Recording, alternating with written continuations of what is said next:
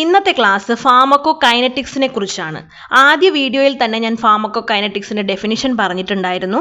മരുന്നുകളുടെ ആഗിരണം, വിതരണം, രാസപ്രവർത്തനം, വിസർജനം എന്നിവയെക്കുറിച്ചുള്ള പഠനമാണ് ഫാർമക്കോകൈനറ്റിക്സ്. ഒരു മരുന്നിന്റെ സ്പെസിഫിക് ആക്ഷൻ നടക്കണമെങ്കിൽ അത് പ്രവർത്തന സ്ഥലത്ത് മതിയായ സാന്ദ്രതയിൽ ഉണ്ടായിരിക്കണം. മരുന്ന് നൽകിക്കഴിഞ്ഞാൽ ആദ്യം അത് ആഗിരണം ചെയ്യപ്പെടുന്നു, അതായത് രക്തത്തിൽ പ്രവേശിക്കുന്നു. ശേഷം ശരീരത്തിന്റെ വിവിധ ഭാഗങ്ങളിലേക്ക് വിതരണം ചെയ്യുന്നത് വഴി അത് പ്രവർത്തന സ്ഥലത്ത് എത്തുന്നു. അവിടെ രാസപ്രവർത്തനം നടക്കുന്നു, ഒടുവിൽ പുറന്തള്ളപ്പെടുന്നു. ഈ പ്രവർത്തനങ്ങളെ ആഡ്മി എന്നൊരു നീമോണിക് വഴി നമുക്ക് ഓർത്തെടുക്കാം: absorption, distribution, metabolism and excretion. ആദ്യത്തേത് അബ്സോർപ്ഷൻ. അബ്സോർപ്ഷന്റെ ഡെഫിനിഷൻ നോക്കാം. It is the passage of the drug from the site of administration into the circulation. Except for intravenous route, absorption is important for all other routes of administration. ഒരു മരുന്ന് അത് നൽകപ്പെട്ട ഏരിയയിൽ നിന്ന് രക്തചംക്രമണത്തിലേക്ക് കടക്കുന്നതിനെയാണ് ആഗിരണം അഥവാ അബ്സോർപ്ഷൻ എന്ന് പറയുന്നത്. IV റൂട്ട് ആണെങ്കിൽ അബ്സോർപ്ഷൻ ഇല്ല, കാരണം നേരിട്ട് വെയിനിലേക്കാണ് മരുന്ന് നൽകപ്പെടുന്നത്. മരുന്ന് തന്മാത്രകൾ ആഗിരണം ചെയ്യപ്പെടാൻ അവയ്ക്ക് intestinal epithelium, cell membrane, renal filtrating membrane, capillary barrier തുടങ്ങിയ വിവിധ തടസ്സങ്ങളിലൂടെ കടന്നു പോകേണ്ടതുണ്ട്. നമുക്കറിയാം, നമ്മുടെ GI ട്രാക്റ്റിന് 4 ടിഷ്യൂ പാളികളാണുള്ളത്. ഇന്നമോസ്റ്റ് ലെയറായ മ്യൂക്കോസ, സെക്കൻഡ് ലെയറായ സബ് മ്യൂക്കോസ, സ്മൂത്ത് മസിൽ ലെയറായ മസ്കുലാരിസ് എക്സ്റ്റേണ ആൻഡ് ഔട്ടർമോസ്റ്റ് ലെയറായ സെറോസ.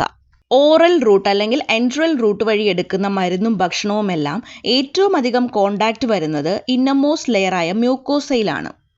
ഇത് ശ്രദ്ധിക്കുക. GI ട്രാക്റ്റിന്റെ ഇന്നർമോസ്റ്റ് ലെയറായ മ്യൂക്കോസയുടെ ഇന്നർമോസ്റ്റ് ലെയർ എപ്പിത്തീലിയൽ കോശങ്ങൾ കൊണ്ടാണ് നിർമ്മിച്ചിരിക്കുന്നത്. ഈ എപ്പിത്തീലിയത്തിൽ ദഹന പ്രക്രിയയ്ക്ക് സഹായിക്കുന്ന ദഹനരസങ്ങൾ ഉൽപ്പാദിപ്പിക്കുന്ന ഗ്യാസ്ട്രിക് ഗ്രന്ഥികൾ അടങ്ങിയിരിക്കുന്നു. ഓറൽ റൂട്ട് വഴി എടുത്ത ഒരു മരുന്ന് രക്തത്തിലേക്ക് ആഗിരണം ചെയ്യപ്പെടാൻ ഈ പറഞ്ഞ മ്യൂക്കോസൽ ലെയറിലെ എപ്പിത്തീലിയൽ സെൽ മെംബ്രെയിൻ കടക്കണം. നമുക്കറിയാം, സെൽ മെംബ്രെയിൻ എന്നത് ഒരു ഫോസ്ഫോലിപ്പിഡ് ബൈലെയർ ആണ്. അങ്ങനെയെങ്കിൽ ഓറൽ റൂട്ട് വഴി എടുത്ത ഒരു മരുന്ന് GI mucosal epithelial cell membrane കടക്കാൻ it should be lipid soluble. അത്തരം ബാരിയേഴ്സ് കടന്ന് അബ്സോർപ്ഷൻ നടക്കാൻ മരുന്നുകളെ സഹായിക്കുന്ന 2 തരം ട്രാൻസ്പോർട്ട്സ് ആണ് passive transport and active transport. ഊർജത്തിന്റെ ആവശ്യമില്ലാതെ മരുന്ന് മെംബ്രെയിനിലൂടെ നീങ്ങുന്നതിനെയാണ് പാസീവ് ട്രാൻസ്പോർട്ട് എന്ന് പറയുന്നത്. 90% മരുന്നുകളും ഈ രീതിയിലാണ് നീങ്ങുന്നത്.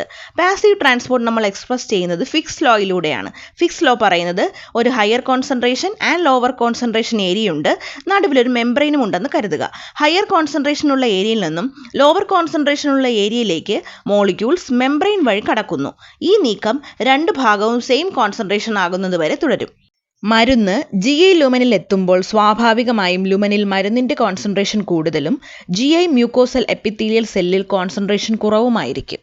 കോൺസെൻട്രേഷൻ ഗ്രേഡിയന്റ് എന്ന ഡ്രൈവിംഗ് ഫോഴ്സ് കാരണം ഇവിടെ പാസീവ് ട്രാൻസ്പോർട്ട് സംഭവിക്കുകയും തുടർന്ന് മരുന്നിന്റെ ഹയർ കോൺസെൻട്രേഷനുള്ള GI ലുമനിൽ നിന്ന് ലോവർ കോൺസെൻട്രേഷനുള്ള GI മ്യൂക്കോസൽ എപ്പിത്തീലിയൽ സെല്ലിലേക്ക് ആഗിരണം സംഭവിക്കുന്നു. അടുത്തത് ആക്റ്റീവ് ട്രാൻസ്പോർട്ട്. ഇവിടെ കോൺസെൻട്രേഷൻ ഗ്രേഡിയന്റിനെതിരെയാണ് മരുന്നുകൾ ചലിക്കുന്നത്. ആക്റ്റീവ് ട്രാൻസ്പോർട്ടിൽ സെൽ മെംബ്രെയിനിന് കുറുകെയുള്ള മരുന്നിന്റെ ആഗിരണം സംഭവിക്കാൻ ബാഹ്യമായ ഊർജത്തിന്റെ ആവശ്യകതയുണ്ട്. സിമ്പിളായി പറഞ്ഞു കഴിഞ്ഞാൽ, ഒരു കുന്നിന് മുകളിലായി ഒരു ഫുട്ബോൾ ഇരിക്കുകയാണെന്ന് കരുതുക. കുന്നിന് മുകൾ ഭാഗം ഹയർ കോൺസെൻട്രേഷനും താഴ്ഭാഗം ലോവർ കോൺസെൻട്രേഷനുമായി കരുതുക. ഈ ഫുട്ബോളിന് കുന്നിന് മുകളിൽ നിന്നും കുന്നിന് താഴെ എത്താനായി, അതായത് ഹയർ കോൺസെൻട്രേഷനിൽ നിന്നും ലോവർ കോൺസെൻട്രേഷനിൽ എത്താനായി ബാഹ്യമായ ഊർജത്തിന്റെ ആവശ്യമില്ല. അതാണ് പാസീവ് ട്രാൻസ്പോർട്ട്. ഇനി ആക്റ്റീവ് ട്രാൻസ്പോർട്ട് എന്തെന്നാൽ, ഈ ഫുട്ബോളിനെ കുന്നിന് താഴെ നിന്നും കുന്നിന് മുകളിൽ എത്തിക്കാനായി, അതായത് ലോവർ കോൺസെൻട്രേഷനിൽ നിന്നും ഹയർ കോൺസെൻട്രേഷനിൽ എത്തിക്കാനായി ഒരു എക്സ്റ്റേണൽ എനർജി അല്ലെങ്കിൽ ബാഹ്യമായ ഊർജത്തിന്റെ ആവശ്യമുണ്ട്. ഇതാണ് പാസീവ് ട്രാൻസ്പോർട്ടും ആക്റ്റീവ് ട്രാൻസ്പോർട്ടും തമ്മിലുള്ള പ്രധാന വ്യത്യാസം. ഇനി അടുത്തത് നമുക്ക് ഫാക്ടേഴ്സ് ഇൻഫ്ലുവൻസിങ് അബ്സോർപ്ഷൻ എന്തൊക്കെയാണെന്ന് നോക്കാം. 10 ഫാക്ടേഴ്സ് ആണ് അബ്സോർപ്ഷനെ ഇൻഫ്ലുവൻസ് ചെയ്യുന്നത്.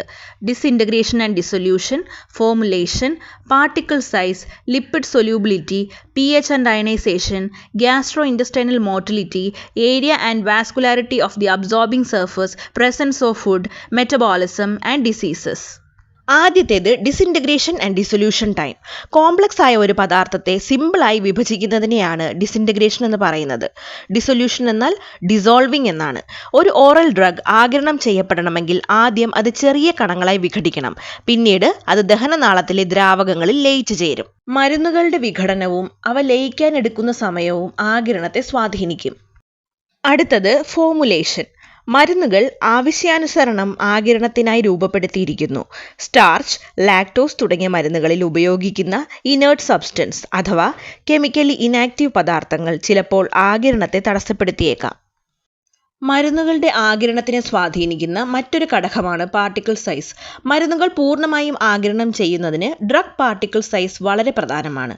കോർട്ടിക്കോസ്റ്റെറോയിഡ്സ്, ഡിഗോക്സിൻ, ആസ്പിരിൻ തുടങ്ങിയവ ചെറു കഷ്ണങ്ങളായി നൽകുമ്പോൾ നന്നായി ആഗിരണം ചെയ്യപ്പെടുന്നു. സ്മോൾ പാർട്ടിക്കിൾ സൈസാണ് വേഗത്തിലുള്ള ആഗിരണത്തിന് ഏറ്റവും ഉത്തമം.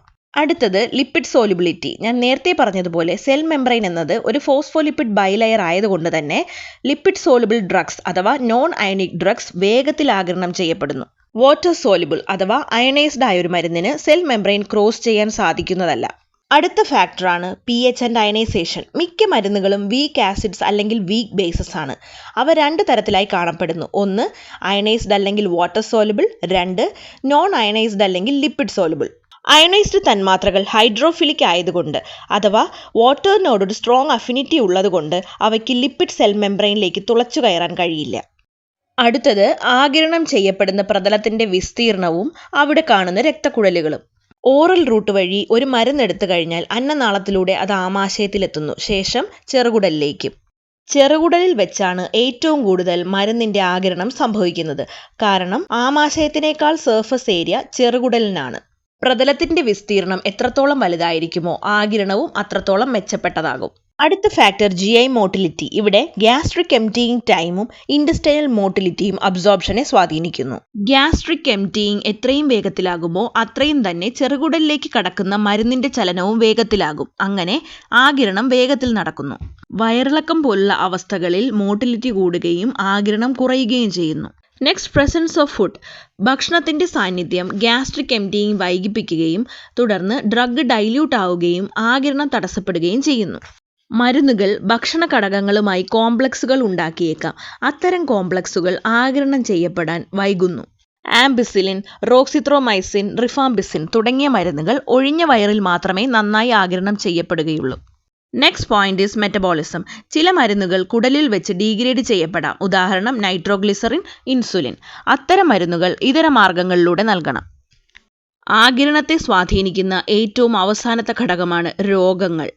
കുടൽ രോഗങ്ങൾ മരുന്നുകളുടെ ആഗിരണം കുറയുന്നതിന് കാരണമാകുന്നു. ഉദാഹരണം എക്ലോഹൈഡ്രിയ, അതായത് ആമാശയം ഹൈഡ്രോക്ലോറിക് ആസിഡ് ഉൽപ്പാദിപ്പിക്കാത്ത അവസ്ഥയും മാലബ്സോർപ്ഷനും. ഇനി നമുക്ക് ഫസ്റ്റ് പാസ് മെറ്റബോളിസം എന്താണെന്ന് നോക്കാം. ഒരു മരുന്ന് അഡ്മിനിസ്റ്റർ ചെയ്ത സൈറ്റിൽ നിന്നും സിസ്റ്റമിക് സർക്കുലേഷനിലേക്ക് കടക്കുന്നതിനെയാണല്ലോ അബ്സോർപ്ഷൻ എന്ന് പറയുന്നത്. ഈ മൂവ്മെന്റ് നടക്കാൻ ശരീരത്തിന് മരുന്നിന്റെ ഘടന ട്രാൻസ്ഫോം ചെയ്യേണ്ടി വരും. ഈ ബയോ ട്രാൻസ്ഫോർമേഷനാണ് മെറ്റബോളിസം. ഒരു ഓറൽ ഡ്രഗ് സിസ്റ്റമിക് സർക്കുലേഷനിലേക്ക് ആഗിരണപ്പെടുന്നതിന് മുമ്പ് ലിവറിലൂടെ ഫസ്റ്റ് പാസ് ചെയ്യുന്നു. ലിവറിലെത്തിയ മരുന്നിനെ ഒന്നുകിൽ മെറ്റബോളൈസ് ചെയ്ത് മറ്റൊരു കെമിക്കലാക്കും, അല്ലെങ്കിൽ ബൈലിലേക്ക് ഇഫ്ലക്സ് ചെയ്യും. ചിലപ്പോൾ രണ്ടും സംഭവിക്കാം. ഇതാണ് ഫസ്റ്റ് പാസ് മെറ്റബോളിസം അല്ലെങ്കിൽ ഫസ്റ്റ് പാസ് ഇഫക്റ്റ്. ഇതിനെ ഫസ്റ്റ് പാസ് ലോസ് എന്നും പറയും. കാരണം നമ്മൾ ഓറലി എടുത്ത ഡ്രഗിന്റെ ഒരു ഫ്രാക്ഷൻ ഇങ്ങനെ ഇവിടെ ലോസ് ആകുന്നുണ്ട്. ബാക്കിയുള്ള ഫ്രാക്ഷൻ ആണ് സിസ്റ്റമിക് സർക്കുലേഷനിൽ അവൈലബിൾ ആയിട്ടുള്ളത്. അതാണ് ബയോ അവൈലബിലിറ്റി. ഫസ്റ്റ് പാസ് മെറ്റബോളിസത്തിന്റെ വ്യാപ്തി മരുന്നിൽ നിന്ന് മരുന്നിലേക്കും വ്യക്തിയിൽ നിന്ന് വ്യക്തിയിലേക്കും വ്യത്യാസപ്പെട്ടിരിക്കുന്നു. ഫസ്റ്റ് പാസ് മെറ്റബോളിസം മരുന്നിനെ ഭാഗികമായോ പൂർണ്ണമായോ നിർജീവമാക്കാൻ സാധ്യതയുണ്ട്. ഇത് ഭാഗികമാകുമ്പോൾ ആ പ്രത്യേക മരുന്നിന്റെ ഉയർന്ന ഡോസ് നൽകിക്കൊണ്ട് നമുക്ക് ആ നഷ്ടം നികത്താം.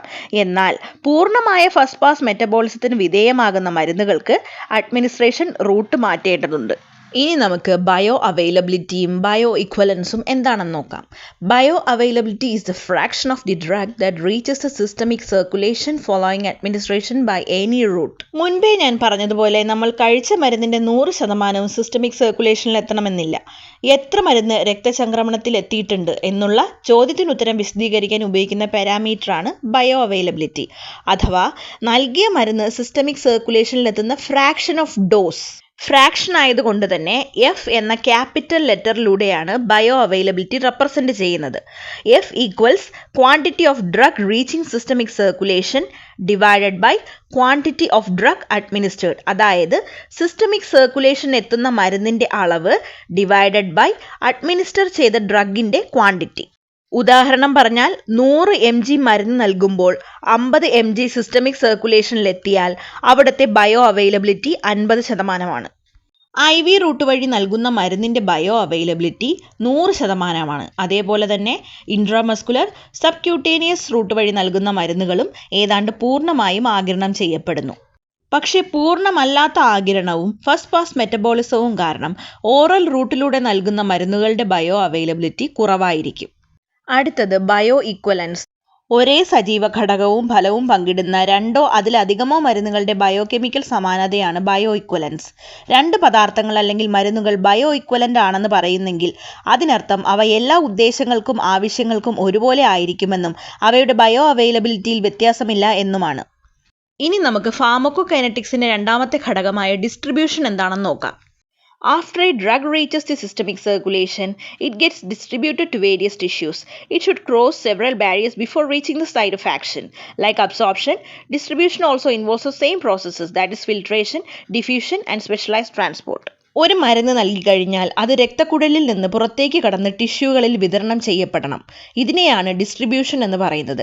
പക്ഷേ ശരീരത്തിൻ്റെ എല്ലാ ഭാഗങ്ങളിലേക്കും മരുന്നിന് ഇങ്ങനെ എളുപ്പത്തിൽ കടന്നു ചെല്ലാൻ കഴിയില്ല.